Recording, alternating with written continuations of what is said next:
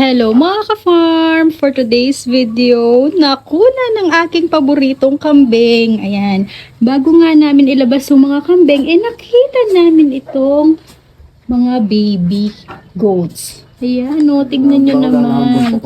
Ayan, nakunan nga pala si Dora at dalawa yung magiging anak niya sana, kaya lang nakunan nga. Pareho lang lalaki. Pareho daw lalaki, sabi ng aking asawa. Sayang dahil first babies niya yung mga yan. Ayan mga ka-farm. Nakakalungkot ang nangyari. Ito nga pala si Dora at meron pa siyang dugo. Ayan, ito nga pala yung paborito kong kambing. 8 months pa lang siya, pero mga 5 months siguro nung nabuntis siya. Ayan. Magwa 1 year pa lang siya sa November 3.